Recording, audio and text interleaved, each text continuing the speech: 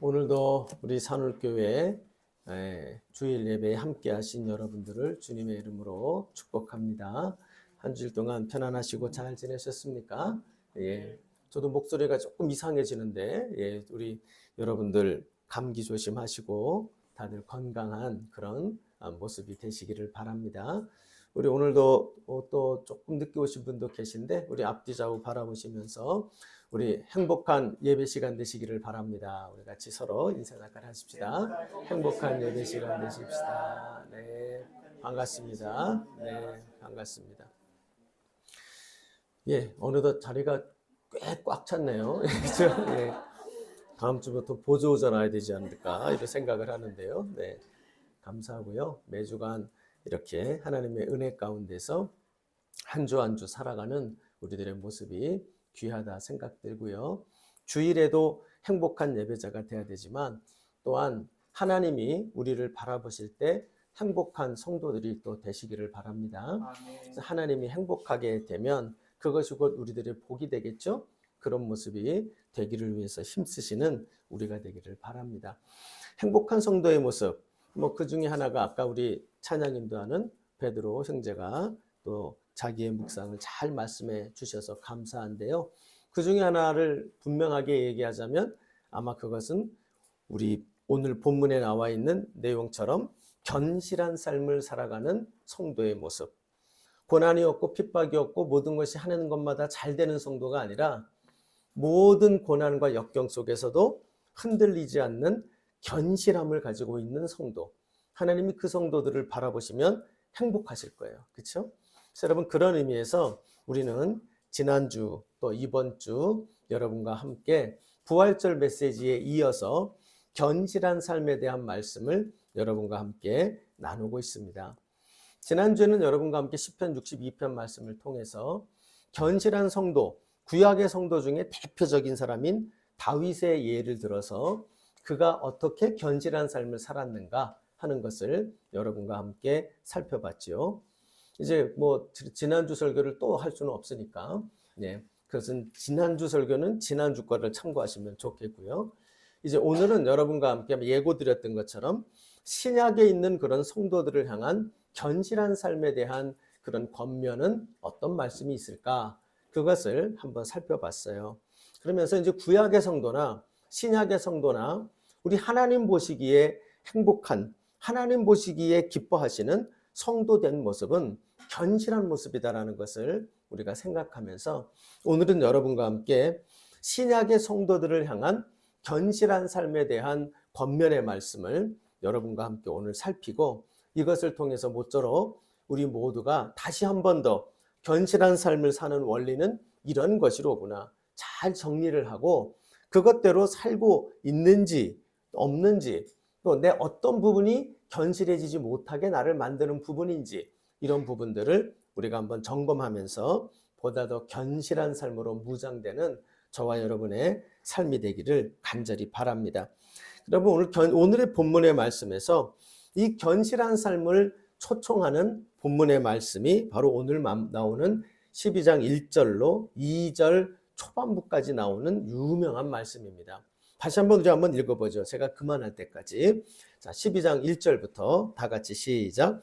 이러므로 우리에게 구름같이 둘러싼 허다한 증인들이 있으니 모든 무거운 것과 얽매이기 쉬운 죄를 벗어버리고 인내로서 우리 앞에 당한 경주를 하며 믿음의 주여 또 온전하게 하시는 이인 예수를 바라보자. 거기까지 보시면 돼요.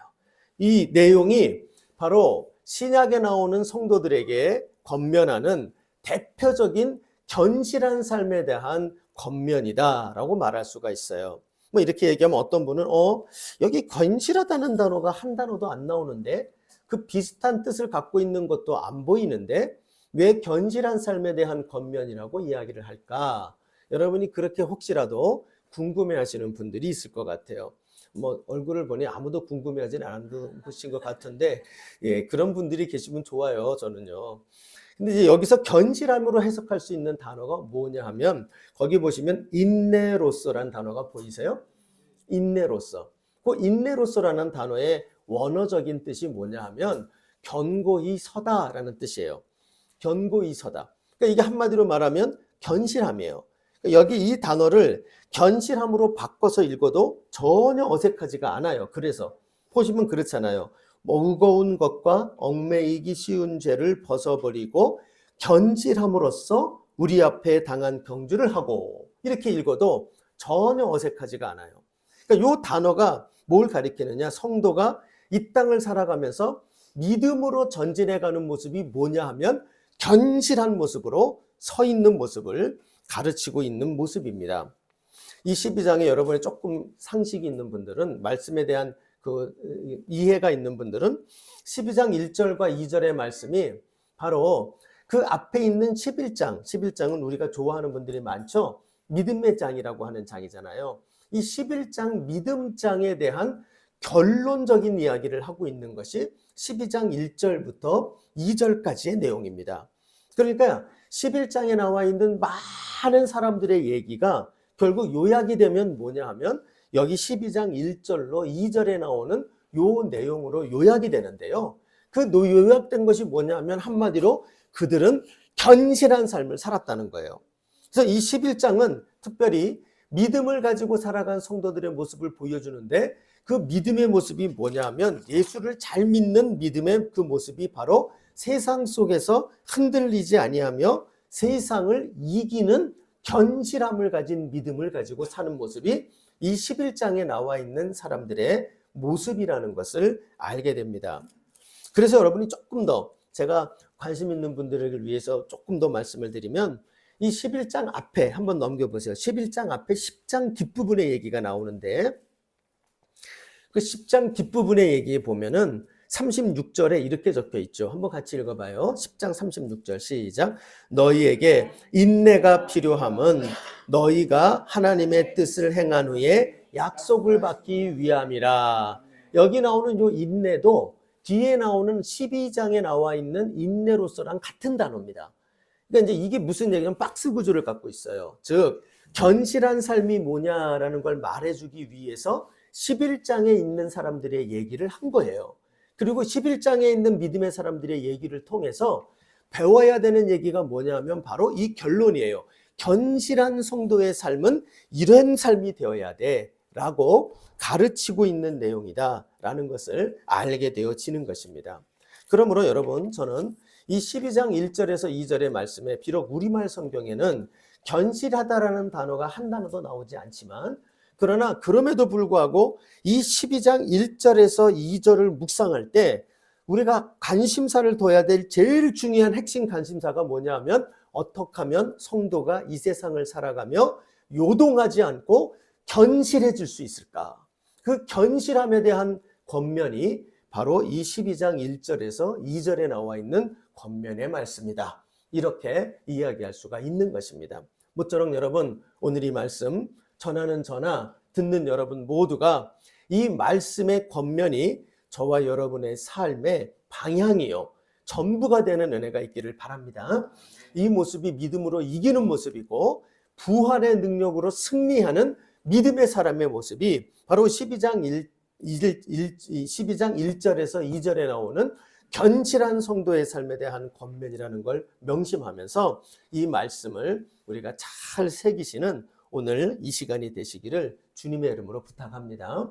그렇다면 여러분, 12장 1절에서 2절의 이 내용을 통해서 우리가 견실한 성도의 삶이 되기 위해서 권면하고 있는 히브리서 기자의 이야기가 어떤 원리들을 제시하고 있는가? 그 첫 번째 원리, 여기도 오늘 한 4가지가 될 것입니다. 그러나 빨리 할 거예요. 걱정하지 마시고 길겠다 생각하지 말고 잘 들으시면 좋겠어요. 첫 번째, 12장 1절에서 2절을 보면서 우리가 배우게 되는 성도의 견실한 삶의 제1된 원리가 나와요. 그 제1된 원리는 한번 괜찮으시면 저를 한번 따라해 보시죠. 자, 믿음의 공동체와 함께 합시다. 믿음의 공동체와 함께 합시다. 예. 공동체를 가지라는 거예요. 공동체를 가지라. 그러니까 성도들이 이 땅을 살아가며 견실한 삶을 갖게 되는 제1 원리가 뭐냐면 믿음의 공동체란 사실이에요. 자, 그 사실이 오늘 본문을 읽으면 12장 1절에서 그 첫 부분에 그 사실을 히브리서 기자가 강조하고 있죠. 자, 한번 같이 읽어봐요. 다 같이 시작. 이러므로 우리에게 구름같이 둘러싼 허다한 증인들이 있으니. 자, 지금 요 원리가 뭡니까? 사람들로, 구름 같은 사람들로 둘러싸여 있어야 된다는 거예요. 구름 같은 사람들. 자, 근데 여기 보면 구름 같은 사람들이 어떤 사람들입니까? 수많은 군중을 말하는 겁니까? 아니에요. 거기 보면 구름 같은 어떤 사람이요? 허다한 증인들. 이 증인들은 누구를 말합니까? 증인이란 단어가 나오면 우리는 제일 먼저 생각해야 될 게 바로 부활의 증인이에요. 예수님의 부활 신앙을 가지고 부활 신앙을 따라 살아가는 그 증인들. 또 하나의 증인은 뭐냐면 믿음의 삶을 사는 증인들이에요. 이것이 별개의 것은 아니지만 부활의 증인을 말할 때 증인이요 뿐만 아니라 믿음의 삶으로 승리하는 자들의 모습이 증인이에요. 여기 나오는 지금 이 제1된 원리를 보면 우리가 견실한 삶을 살기 위해서 히브리서 기자가 제일 먼저 주목하는 게 그겁니다. 너희들 말이야, 눈을 들어서 봐봐. 너희들 주변에 누가 있어? 네 주변에 누가 있어? 아무도 없어? 안 되는 거예요. 그거 안 되고 너희들 주변에 누가 있어야 되냐면 구름 같은 증인들이 있어야 된다는 거예요. 이게 너희들이 견실한 삶을 살아가는 매우 중요한 모습이라고 말하는 거예요. 여기 나오는 구름 같은 사람들, 믿음으로 한마디로 말해서 견실하게 서는 사람들에게 둘러싸여 있는 모습을 말합니다. 여러분, 여기에는 누가 있어요? 믿음으로 앞서 살아간 신실한 믿음의 선배들이 있어요. 그렇죠? 이 구름 같은 증인들에는 믿음의 선배들이 있습니다. 그래서 여러분, 이 선배들의 목록이 사실은 어디 나옵니까? 그 앞에 얘기했던 11장에 나오는 목록들이에요. 11장에 보면 목록이 아브라함부터 시작해서 아담부터 시작해서 쭉 나온다고요. 그러고 난 다음에 마지막에는 얘기하려고 그러면 한도 끝도 없다 그렇게 하고 끝나요. 이게 뭐냐면 여기 나오는 구름 같은 증인들이에요. 이 구름 같은 증인들에게는 신앙을 앞서 살아갔던 신실한 선배들이 있습니다. 뿐만이 아니죠. 이 구름 같은 증인들에게는 내 뒤에, 연배는 나보다 어리지만 신앙에 있어서는 정말 나보다 더 신실한 내 후배들이 내 뒤를 따라오고 있어요. 뿐만 아니라 이 구름 같은 증인들에게는 나와 같은 연배, 나하고 똑같은 환경에서 똑같은 시절을 살고 있는 귀한 믿음으로 살아가는 믿음의 동료들이 있어요. 여러분, 이렇게 살아가게 될 때 우리에게 무엇이 이루어집니까? 바로 믿음의, 우리는 귀한 이 견실한 삶이 그것에서부터 시작된다는 거예요. 여러분, 저는 이 코로나 때가 참으로 위기이자 기회라고 생각을 하는데, 이 코로나를 지나면서 한국 교회는 굉장히 큰 그 타격을 입었어요. 그 타격은 모이지 못하는 타격인데, 그것이 결국 무엇을 갖고 오게 되냐면 성도들에게 교회가 뭐야? 교회가 꼭 나갈 필요가 있는 거야? 교회가 공동체가 필요한 거야? 그냥 앉아서 TV에 앉아서 화면 봐도 할 거 다 하네. 심지어 교제까지도 줌을 통해서 서로 다 나누네. 아니, 좋네. 이걸 통해서 얼마든지 우리가 교회를 이룰 수 있네. 이런 생각을 할 수 있게 만들어 버리죠. 그래서 우리가 사실은 믿음의 선배를 따라가는 일, 믿음의 후배들을 갖는 일, 믿음의 동료를 갖는 일, 어찌 보면 교회라고 하는 정체성이 기독교 콘텐츠를 제공하는 데에 그 교회라는 것이 오히려 필요하다는 생각을 자꾸 하게 되고, 교회라는 정체성이 자꾸 무슨 기독교 콘텐츠를 제공하는 플랫폼처럼 돼버려요. 그러니까 자꾸 그것들을 만들려고 그러죠. 목사들도 설교를 할 때 성도들과 얼굴과 얼굴을 맞대서 설교하는 게 아니라 유튜브 설교로 초점을 맞추죠. 그러니까 유튜브 하는 분들, 보통 유튜브에는 제 설교가 굉장히 인기가 없답니다. 이유는 딱 한 가지예요. 길어요. 그렇죠? 네, 길어요. 그러다 보니까 별로 유튜브에서는 인기가 없대요. 유튜브는 15분을 넘으면 안 된다는 정설이 있고, 요즘은 또 트렌드가 바뀌었답니다. 3분짜리 짤이라고 합니까? 그것 안으로 끝내야 됩니다. 여러분, 우리 유튜브를 보면 설교하는 분들이 3분짜리 설교, 15분짜리 설교, 그 시간에 메인 설교를 하는 거예요.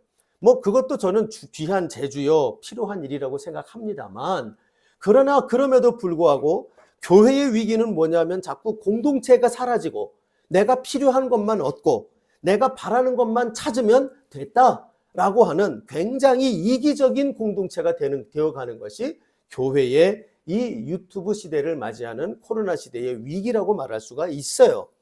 그렇기 때문에 여러분, 이 부분이 우리가 매우 조심해야 하는 것입니다.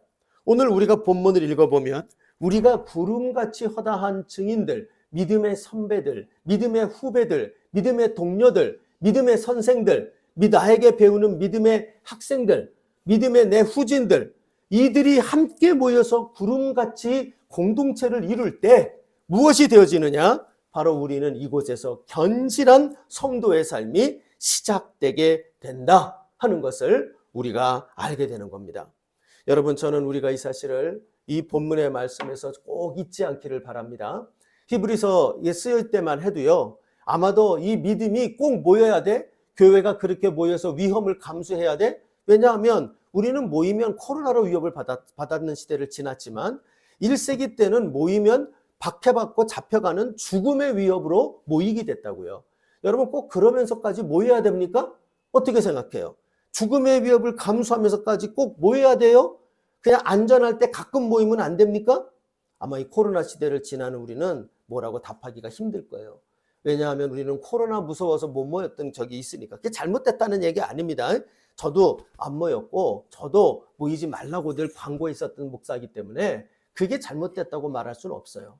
그러나 1세기의 성도들의 모습을 통하여 우리가 배워야 될 분명한 건 뭐냐면 이들은 무엇보다도 모이기에 힘썼고 모이는 걸 소중히 여겼어요. 왜냐하면 모여서 그들이 무엇을 알고 있냐면 이 공동체 안에 내가 있을 때 믿음의 선배가 있고 믿음의 후배가 있고 믿음의 동료 안에 내가 있을 때 내 삶이 견실해질 수 있다. 이것을 알고 있었기 때문에 바로 1세기의 성도들은 위험을 감수하고도 그렇게 모이기를 힘썼고 또한 모여서 그들은 믿음의 증인의 역할을 감당하고 믿음을 배우고 믿음을 또 가르치며 믿음의 공동체를 이루는 멋진 모습을 이루어 갔다는 거예요. 여러분, 저는 우리 산울교회의 가장 큰 행복한 그 원천은 아까 우리 베드로 집사님이 말씀해 준 것처럼 우리 여러분 각자 성도된 여러분들이십니다. 우리가 각자 우리 자리를 지키고 우리 모두에게 누구에게는 믿음의 선배로, 누구에게는 믿음의 후배로, 누구에게는 믿음의 지체로 쓰게 되는 그 모습 자체가 바로 우리 서로를 지켜주는, 견실하게 세워주는 동력이 될 것이다. 이렇게 생각하게 되는 것입니다. 여러분, 모쪼록 이 사실을 꼭 잊지 말고 언제 어디서나 믿음의 공동체를 반드시 가지고 그 공동체 안에서 견실한 삶을 살아가는 귀한 주의 백성들 되시기를 주님의 이름으로 부탁합니다. 우리 옆에 앞뒤 있는 분들에게 당신이 나를 지켜주셔야 합니다. 우리 이렇게 한번 이야기를 한번 해보실까요? 우리 당신이 나를 지켜주셔야 합니다. 네, 그렇습니다. 또 이렇게 얘기하십시다. 내가 당신을 지켜드리겠습니다. 합시다. 자, 제가 당신을 지켜드리겠습니다. 예. 그냥 나 같은 게 어떻게, 어떤 우리 권사님 보니까 얼굴 표정이 막 동그리면서 내가 어떻게 그걸 지켜 이렇게 생각하는데 그게 아니에요. 우리는 지금 여기 말한 것처럼 공동체를 이룰 때 우리가 서로의 공동체의 일원이 되어 곁에 있어 줄 때 그것이 내 지체를 지키는 것이고 내가뿐만 그 지체 곁에 있을 때 내가 지킴을 받게 되는 것이에요. 여러분, 이 원리를 꼭 기억하셔서 우리 서로가 견실하게 서로를 지켜주는 귀한 우리 행복한 산울교회 공동체 이루기를 주의 이름으로 부탁합니다. 두 번째로 오늘 본문에서 나오는 견실한 삶을 살아가는 성도의 두 번째 요체가 나와요. 그것은 자, 이렇게 저를 한번 따라 하십시다. 자, 의인된 신분을 항상 기억합시다. 의인된 신분을 항상 기억합시다. 예, 첫 번째는 아까 공동체와 반드시 함께 합시다 그랬고요. 두 번째가 바로 의인된 신분을 항상 기억합시다. 이렇게 얘기했어요. 자, 여러분, 이 내용이 12장 1절을 다시 한번 가봐요. 이렇게 권면합니다. 이러므로 우리에게 구름같이 둘러싼 허다한 증인들이 있으니, 그 다음은 이제 두 번째 테마예요. 모든 무거운 것과 얽매이기 쉬운 죄를 벗어버리라. 이게 뭘 말하냐면 바로 두 번째 원리예요. 내가 어딜 가나 견실한 성도의 삶으로 살아가기 위하여 중요하게 알아야 되는 두 번째 원리가 뭐냐면 여기 보면 모든 무거운 것과 얽매이기 쉬운 죄를 벗어버리기를 힘써야 되는 거예요. 이게 이제 무슨 말인고 하니 여러분 우리가 이 성도로 살아갈 때 성도로 살아가는 것을 제일 배업하는 성도가 성도답게 살 때 제일 배업하는 존재가 있죠. 누굽니까? 예, 우리의 아주 못된 친구가 하나 있어요. 그렇죠? 못된 친구라는 것은 늘 옆에 있기 때문에 친구라는 표현을 쓴 건데 못된 왼수가 하나 있어요. 그렇죠? 그 누굽니까? 사단이에요. 그럼 여러분 사단이 우리 옆에서 내가 성도답게 살려고 할 때 내 옆에서 제일 많이 하는 말이 뭘 것 같으세요? 제 옆에서. 뭐 제가 제 경험입니다. 제 경험은요. 제 옆에 와가지고 사단이 제일 많이 하는 말이 뭐냐면 귀에다 대고 속삭여요. 니까지 깨 이래요. 니까지 깨 이래요. 자, 여러분 니까지 깨 하면서요. 무슨 짓을 하냐면요. 여기 보면 여기 무거운 것이 나옵니다. 이 무거운 것은 내게 있어서 버겁고 힘들고 내가 주님의 의인으로 살아가기에 힘든 내 약한 모든 무거운 것들을 말해요. 이것이 고난의 형태일 수도 있고 어떤 사람은 자기의 고질적인 죄의 형태일 수도 있습니다. 그러나 어찌됐건 이거는 무거운 것이에요. 그걸 얘기하면서 이렇게 우리를 깐족거려요. 야, 니까지 깨. 너 이것도 못하잖아. 너 여기에도 이것도 감당 못하잖아. 이것도 못하는 주제에 니까지 깨 하고 얘기해요. 내가 성도가 좀 살아보려고 그러면요. 그리고 그 다음에 뭘 하냐면요. 여기 뭐 얽매이기 쉬운이라는 단어가 나와요. 이 얽매이기 쉬운이라는 단어는 뭐냐면 유혹을 가리키는 단어예요. 그러면서 또 니까지 깨 할 때 뭐냐면 너 요거 한번 줘봐. 좋지? 너 요런 거 좋아하잖아. 너 요런 거 원하잖아. 니까지 깨. 너 이런 것도 감당 못하고 요런 거에 맨날 넘어지는데 니까지 깨.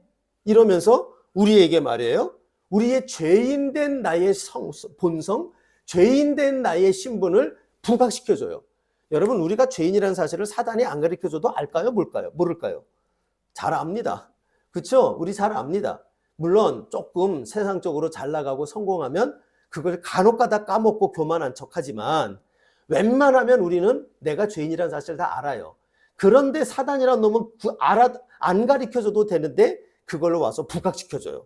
야, 너 죄인이잖아. 봐. 들춰냅니다. 너 이렇게 연약하잖아. 너 이렇게 부족하잖아. 너 이런 무거운 거 못 이기잖아. 너 이런 유혹에 또 넘어졌잖아. 니까지 깨 목사야? 니까지 깨 장로야? 니까지 깨 권사야? 니까지 깨 이러면서 우리를 정말 죄인됨을 막 이렇게 빨개 벗겨서 드러내고 내는 게 이 사단의 존재라는 거예요. 그런데 여러분 우리가 이 사단의 목소리에 귀를 기울이면요. 우리는 절대로 견실한 삶을 살 수가 없어요. 한 발짝 내딛다가 삐끗하고 한 발짝 내딛다가 또 넘어지고 그리고는 뭐래요? 주저앉아가지고 못해요. 안 돼요. 저는 못해요. 이렇게 우리는 하나님 앞에 땡깡 부리는 길바닥에 엎어져가지고 땡깡 부리는 그런 아이와 같은 모습이 우리가 되고 말아요. 그런데 여러분 이때 이 히브리서 기자가 하는 말이 이겁니다. 뭐라고 말합니까? 벗어버리라. 이렇게 말해요. 여러분 벗어버리라는 게 뭘까요? 이것은 바로 사단이 우리에게 부각시키는 죄인된 본질과 신분이에요. 우리가 알아요. 죄로 나는 가득 찬 사람인 걸 알아요. 그럼에도 불구하고 여기 나오는 이 사단이라는 놈은 우리에게 죄인의 신분을 자꾸 또 입혀요. 너 죄인이야. 너 못해. 너 안 돼. 그걸 자꾸 얘기해요. 근데 이럴 때 뭘 하라고 얘기하냐면 히브리서 기자는 그것을 벗어버리라는 거예요. 그런데 여러분 이 벗어버린다는 게 그러면 뭐를 의미할까? 벗어버린다는 게 어떤 걸 의미할까? 여기 나오는 이 얽매이기 쉬운 죄를 벗어버리다라는 요 단어를 딱 드리면 여러분이 떠올리셔야 되는 그 구절이 하나 있어요. 한번 찾아봅시다. 에베소서 4장 22절이에요. 한번 찾아볼까요? 에베소서 4장 22절에서 24절 말씀이에요. 22절에서 24절 괜찮으시면 다 같이 한번 읽어보죠. 에베소서 4장 22절에서 24절 말씀.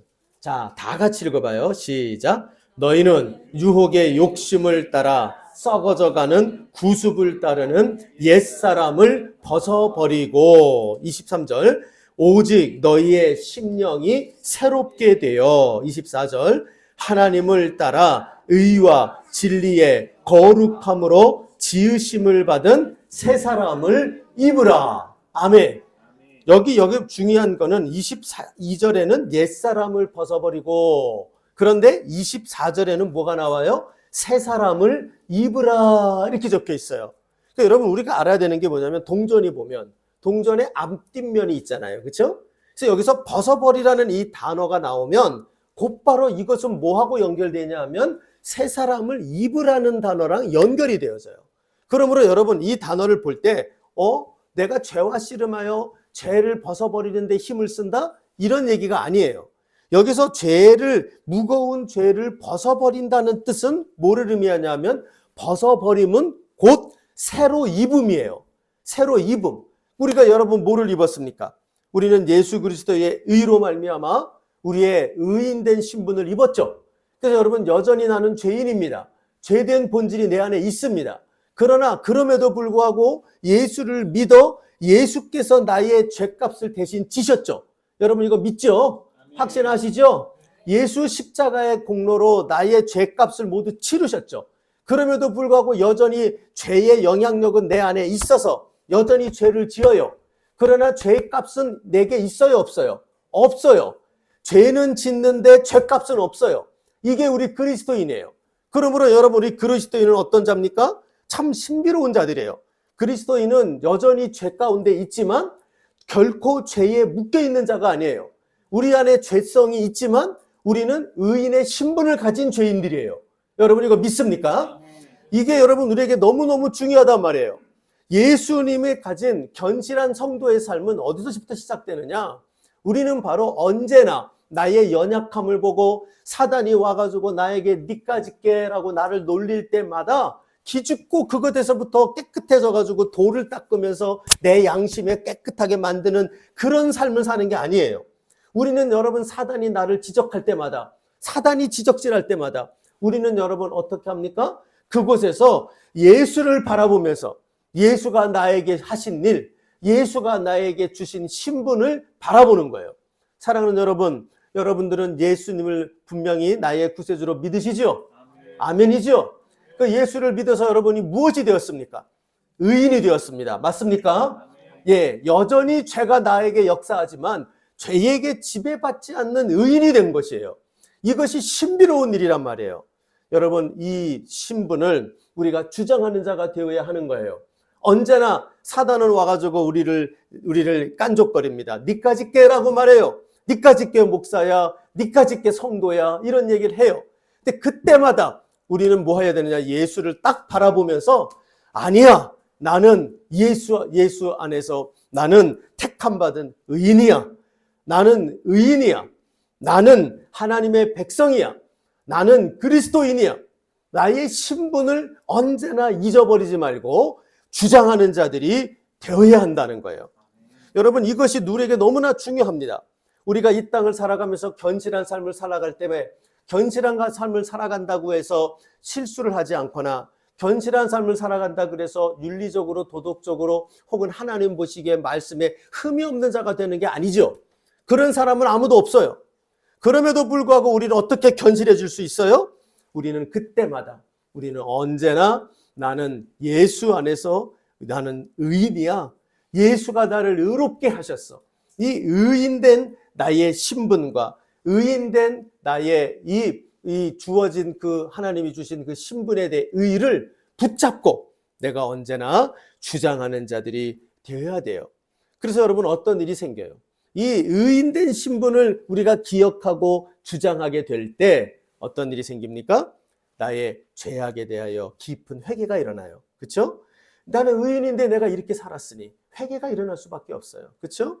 또 의인된 나의 신분 안에서 내가 그 신분이라는 걸 알고 있기 때문에 이렇게 내가 죄인되고 내가 못된 짓 하는 것에서만 머물러 있을 리가 없어요. 나를 의인으로 만드신 그분은 의인의 본질도 갖게 만들어 주실 거예요. 그렇기 때문에 소망을 가지게 되는 거예요. 여러분 그러므로 우리가 언제나 이 의인의 죄인된 나의 신분을 드러내는 사단의 깐족거림에 사단의 흔드는 것에 넘어가지 말고 견실해지기 위하여 언제나 가져야 될 것, 여기 보면 우리의 죄인으로 우리를 뒤집어 씌우는 옷들을 벗어 던지고, 그리고 뭐 해야 돼요? 예수 안에서 내게 입혀진 의인의 옷을 입고, 그리고 하나님의 백성이고 그리스도인이라고 불리워지는 그 신분의 의의를 힘입을 때 우리로 하여금 다시 한번 견실하게 흔들리지 않으며 회개하고 변화되어 전진하는 역사가 우리에게 나타날 수 있게 될 것입니다. 여러분, 이런 은혜를 누리시는 우리 모두가 되길 부탁합니다. 사단이 와서 깐족거린다고 거기에 기죽지 마세요. 사단이 와가지고 너 안 돼, 너 못해, 이런 소리 들을 때 그거에 기죽어서 절망하지 마세요. 그때 어떻게 해야 돼요? 예수를 보셔야 돼요. 결론적인 얘기지만 먼저 말씀을 드리면, 예수를 바라보면서 그 예수가 나를 의인이라 불러주셨어, 저 예수가 나를 괜찮다고 해주셨어, 그 예수의 음성을 듣고 우리가 다시 한번 힘을 내고 용기를 내는 귀한 주의 백성들 되시기를 주의 이름으로 부탁합니다. 세 번째로, 오늘 본문을 바라보면서 견실한 삶을 살기 위해서 성도가 가져야 되는 세 번째 모습은, 자, 한번 저를 따라 합시다. 더욱 큰 인내를 배웁시다. 더욱 큰 인내를 배웁시다. 자, 이 내용이 이제 12장 1절 뒷부분에 나오죠. 그걸 보면 제가 읽어보죠. 이렇게 적혀 있죠. 모든 무거운 것과 얽매이기 쉬운 죄를 벗어버리고, 그 다음 나오는 게 뭐예요? 인내로서 우리 앞에 당한 경주를 하며. 우리말 성경에 이 견고함을 인내라고 번역한 것도 매우 좋은 번역이에요. 근데 여러분, 이렇게 인내라는 단어로 번역한 이유가 있어요. 자, 여러분, 그 밑에 2절과 3절을 잠깐 가보시면, 2절과 3절을 가보면 우리가 그냥 느낌으로 요 단어가 비슷한 단어겠다라고 느껴지는 단어가 눈에 들어오죠. 예, 2절과 3절을 보면, 그는 그 앞에 있는 기쁨을 위하여 십자가를 모아사 참으사. 3절을 가보세요. 죄인들이 이같이 자기에게 거역한 일을 참으신 이. 자, 여기에 참음의 두 가지의 특징이 뭡니까? 예수님의 참으심이에요. 그렇죠? 이 원어적으로 여기 나오는 참다라고 하는 요 단어가 똑같은 단어로 위에 인내라는 단어하고는 다른 단어이긴 하지만 어원이 비슷해요. 그래서 이 여기 나오는 인내라고 하는 요 번역한 요 단어는 사실은 어디서부터 비롯되는 거냐면, 예수께서 십자가를 참으셨다, 예수께서 죄인들을 참으셨다라고 하는 예수의 참으심이라고 하는 요 단어로부터 나온 게 여기 나와 있는 인내라고 하는 단어예요. 그러니까 여러분, 이 성도가 인내를 배워야 된다라고 말할 때 그 인내가 결국 뭐를 말하겠어요? 예수의 인내예요. 예수님의 인내. 그렇기 때문에 예수님의 인내를 배우고 예수님의 인내를 간직한 성도가 될 때 성도는 어떻게 하느냐? 이 땅 가운데 견실하고 견고한 성도의 삶이 가능하게 된다 하는 것을 알게 되어져요. 여러분, 저는 이게 저와 여러분의 기도가 되기를 바랍니다. 하나님이, 저는 이런 생각도 해요. 하나님, 이 정도 배웠으면 되지 않았습니까? 좀 어려운 일 만나고 힘든 일 만났을 때요, 우리가 그런 생각하죠. 하나님, 이제 그만 배워도 될 것 같은데, 인내 과목은 이만큼 하면 된 것 같은데 또 배워야 되나요? 이런 생각을 우리가 가끔 할 때가 있어요. 근데 여러분, 또 배워야 됩니까? 아니면 이제 됐습니까? 어떻게 생각하세요? 지금까지 인내한 것 보면 여러분을 제가 표창장을 드리고 싶어요. 전부 다 인내의 표창장을 모두에게 드리고 싶어요. 그러나 그럼에도 불구하고 여러분이 예수님의 인내를 한번 생각해 봐요. 예수님의 인내를 생각하면 더 배울 게 있습니까? 없습니까? 있죠. 그렇죠? 아직도 멀었죠. 그렇기 때문에, 그래서 여러분, 사실은 우리는 이만큼 배웠으면 됐지요 싶은 그것이 아니라, 성도가 견실한 삶을 살기 위해서 필요한 정말 중요한 요소가 뭐냐면 예수님의 인내를 배워야 한다는 거예요. 그 예수님의 인내라는 것이 우리에게 있을 때 성도는 흔들리지 않고 견실해질 수가 있다는 거예요. 그러면 여러분, 오늘 본문에서 조금만 살펴보면 우리가 인내해야 되는 영역이 어떤 영역들인가가 나와요. 제가 간단하게만 짚을게요, 시간 관계상. 여기 보면 인내가, 몇 가지 인내가 여기 등장을 합니다. 1절을 보면 아까 우리가 읽은 것처럼 인내로서 우리 앞에 당한 경주라고 적혀 있잖아요. 경주. 이 경주라는 말은 스포츠 경기를 말하는 거고요.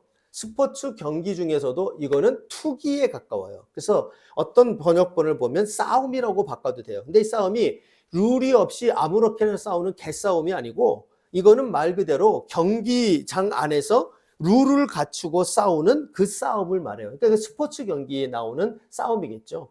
이 경주를 인내로서 하는 것이다. 이렇게 말해요. 그러면 여러분, 우리가 성도가 이 땅을 살아가면서 가져야 되는 인내의 첫 번째 모습이 뭐냐면 내게 주신 경기에 여러분 경기는 이기는 게 목적이죠. 그 경기에서 이기는 게 목적이에요. 그러니까 지려고 경기하는 사람은 아무도 없어요. 이기려고 경기를 합니다. 그렇기 때문에 여기 나오는 인내도 뭐냐면 승리를 위한 인내예요. 즉, 이 승리는 하나님이 내게 맡겨주신 사명, 그 사명을 감당하노라면 인내가 반드시 필요해요. 그러니까 여러분, 우리가 성도가 이 땅을 살아갈 때 꼭 갖춰야 되는 인내 중에 첫 번째 모습이 바로 사명을 감당하는 인내가 있어야 돼요. 두 번째 인내가 여기 또 나와요. 그 인내는 뭐냐면 고난을 견디는 인내예요. 2절을 보세요. 예수님의 고난의 모습이 나오죠. 이렇게 적혀 있습니다. 그는 그 앞에 있는 기쁨을 위하여 무엇을 참았다? 십자가를 참았다. 그러니까 예수님의 인내를 배워야 되는데 그 중에 하나가 십자가를 참으시는 인내를 배워야 한다. 이렇게 말해요. 십자가를 참으시는 인내. 이게 뭡니까? 고난을 이기는 인내를 이야기합니다. 성도는 여러분 이 땅을 살아갈 때 사명을 위한 인내도 필요하지만 또 하나 이유를 알 수 없는 내가 당할 이유가 없는 고난의 짐을 지는 인내도 필요하다는 걸 알게 돼요. 세 번째 인내가 또 나와요. 여기 보면 3절을 한번 가보세요. 3절 한번 같이 읽어봅시다. 다 같이 시작. 너희가 피곤하여 낙심하지 않기 위하여 죄인들이 이같이 자기에게 거역한 일을 참으신 일을 생각하라. 아멘. 자, 그럼 여러분 3절에서 예수님의 인내의 그 구체적인 대상이 뭡니까? 3절을 보면 뭐죠? 나 외에 타인의 나를 향하여 행하는 죄악된 행동에 대한 인내예요. 그렇죠? 죄인들을 향한 인내예요. 그러니까 여러분 우리가 성도가 이 땅을 살아갈 때요. 가져야 될 인내의 또 하나의 모습이 여기 나오죠. 바로 뭡니까? 사람들에 대한 인내예요. 내 옆에 있는 사람들이 왜 이렇게 악하지? 사람들이 왜 이렇게 나를 괴롭히지? 사람들이 왜 이 모양 이 꼴이지? 그 사람들을 견뎌내는 인내가 있어야 되는 거예요. 성도가. 그래서 여러분 성도가 때때로 이 땅 살아갈 때 참 낙심할 때가 있죠. 왜냐하면 믿었던 사람이 나를 배신하니까. 혹은 사람들이 이유가 없이 나를 저렇게 힘들게 하니까. 그렇죠? 그런 거를 보면서 사람들에 대한 실망 때문에 우리가 사실은 신앙을 버리고 제가 아는 분들 중에는요. 사람에 대한 실망 때문에 이단으로 가신 분도 있어요. 그러니까 너무 마음이 아프다고요.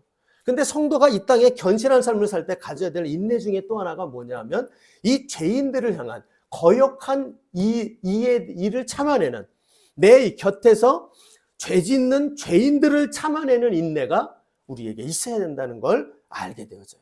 예수가 그러셨던 거예요. 마지막 인내가 하나 더 있어요. 예수님의 인내 중에 마지막 인내가 하나 더 있는데 그 인내는 뭐냐면 나 자신에 대한 인내예요. 그 무슨 얘기냐? 여러분 여기 보세요. 어디를 보면 좋으냐면 2절을 잠깐 보시면 여기 보면 믿음의 주여 온전케 하시는 인 예수를 바라보자. 그는 그 앞에 있는 기쁨을 위하여 십자가를 참으사. 그 다음에 뭐가 나와요? 부끄러움이라는 단어가 나와요. 그렇죠? 부끄러움. 이 부끄러움이라는 게 뭔가 수치입니다. 수치심이에요. 그 다음에 3절을 가보세요.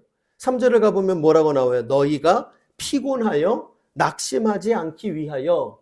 그렇죠? 여러분 이 땅 살아가다 보면 내 자신이 너무 피곤합니다. 그렇죠? 그리고 내 자신이 낙심하게 됩니다. 내 자신에게 여러분 실망할 때가 너무 많아요. 내가 이것밖에 되지 않아요. 내 자신이 너무 부족해요. 내 자신이 너무 부끄럽고요. 내 자신이 낙심되고요. 내 자신이 너무 피곤해요. 그래서 여러분 때때로 어떻게 되느냐? 무너져요. 그래서 여러분 우리가 성도가 인내를 가져야 되는 네 번째 대상이 있는데 그게 바로 뭐냐면 내 자신을 견뎌내는 거예요. 내 자신을. 여러분 이 내용 저와 여러분이 좀 깊이 묵상하길 바라요. 시간 관계상 제가 깊이 묵상하지 못하지만 여러분 이 내용 잘 기억하시면 좋겠어요. 성도는 이 땅을 살아갈 때 예수님의 모습 속에서 더욱 큰 인내를 배워가야 합니다. 예수님의 인내는 구체적으로 여기 네 가지가 있었던 거예요. 사명을 참아낸, 사명을 위한 인내, 그리고 고난을 겪는 인내, 그리고 죄인들을 견뎌내는 인내, 그리고 나 자신을 이겨내는 인내. 이 인내가 결국은 성도의 견실함으로 연결되고 있다 하는 것을 알게 되는 것이에요. 여러분, 주께서 이러한 인내를 우리 모두에게 허락하여 주시기를 간절히 바랍니다. 마지막 한 가지만 간단히 말씀드리고 오늘 말씀을 마무리하죠. 오늘 말씀 속에 나오는 마지막, 우리가 견실한 삶을 위해서 히브리서 기자가 결론적으로 권면하는 마지막 내용이 뭐냐면 12장 2절의 초반부의 말씀이에요. 자, 다 같이 한번 읽어봅시다. 유명한 말씀이니까. 자, 다 같이 시작. 믿음의 주요 또 온전하게 하시는 이인 예수를 바라보자. 한 번 더, 중요하니까. 자, 시작. 믿음의 주요 또 온전하게 하시는 이인 예수를 바라보자. 아멘. 이 바라보자라고 하는 단어에 여러분이 동그라미를 치고 쫙 빼가지고 거기다가 하나 적어 놓으세요. 고정시키다라고 적으세요. 고정시키다. 예수에게로 내 시선을 딱 고정시키는 거예요. 그게 뭐냐 하면 이 땅을 살아갈 때 견실한 삶을 살아가게 성도가 만들어주는 제일 핵심적인 요소가 예수에게 시선을 고정시키는 거예요. 예수에게 시선을 고정시키는 거예요. 그러니까 여러분, 이게 여러분과 저의 영적인 습관이 돼야 돼요. 유혹을 받아서 흔들릴 때마다 예수를 보는 거예요. 사람들에게 실망할 때마다 예수를 보는 거예요. 고난이 찾아와서 낙심될 때마다 예수를 보는 거예요. 내 마음 가운데 무기력해지고 고난 속에서 어찌할 줄 모르고 방향을 잃을 때마다 예수를 보는 거예요. 예수에게로 시선을 딱 고정시킬 때 우리가 어디에 가나 흔들리지 아니하고 요동하지 아니하는 견실한 자가 될 수 있다는 거예요. 여기 나오는 여러분, 이 2절의 말씀을 표준세 번역과 공동번역은 조금 더 재미있게 번역을 하고 있어요. 이렇게 얘기합니다. 표준세 번역은요, 믿음의 창시자요 완성자이신 예수를 바라봅시다, 이렇게 번역을 해요. 공동번역본은요 이렇게 번역합니다. 그리고 우리의 믿음의 근원이시며 완성이신 예수만을 바라봅시다, 이렇게 말해요. 제 개인적으로는 공동번역본이 제일 마음에 들어요.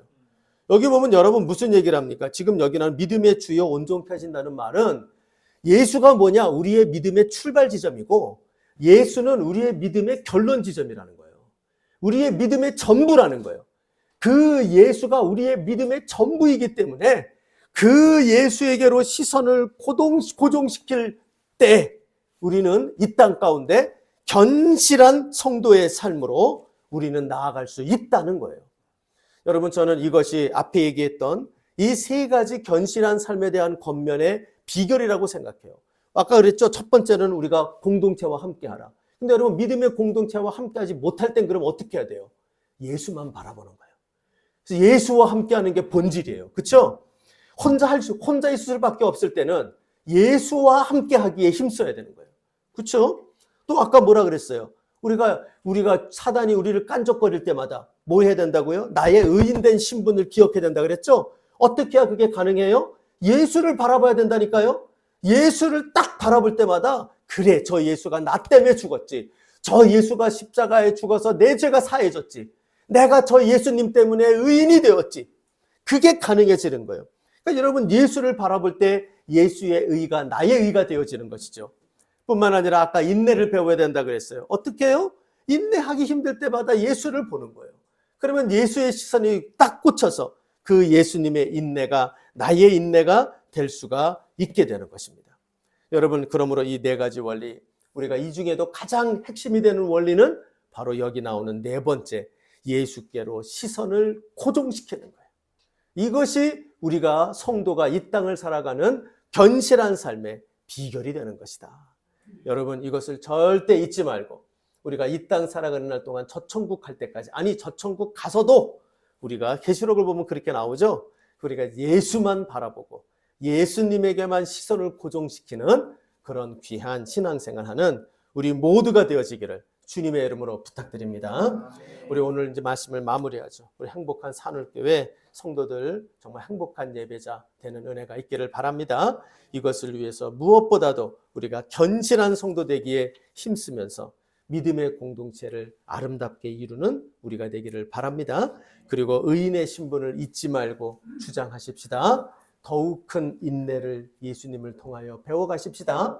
그리고 오직 예수님에게만 우리의 시선을 고정시킵시다. 이렇게 살아갈 때 우리 모두가 견실한 주님을 행복하게 하는 그런 성도와 믿음의 공동체를 이루는 우리 모두가 될 줄로 믿습니다. 이런 우리가 되기를 간절히 바랍니다. 우리 아까 불렀던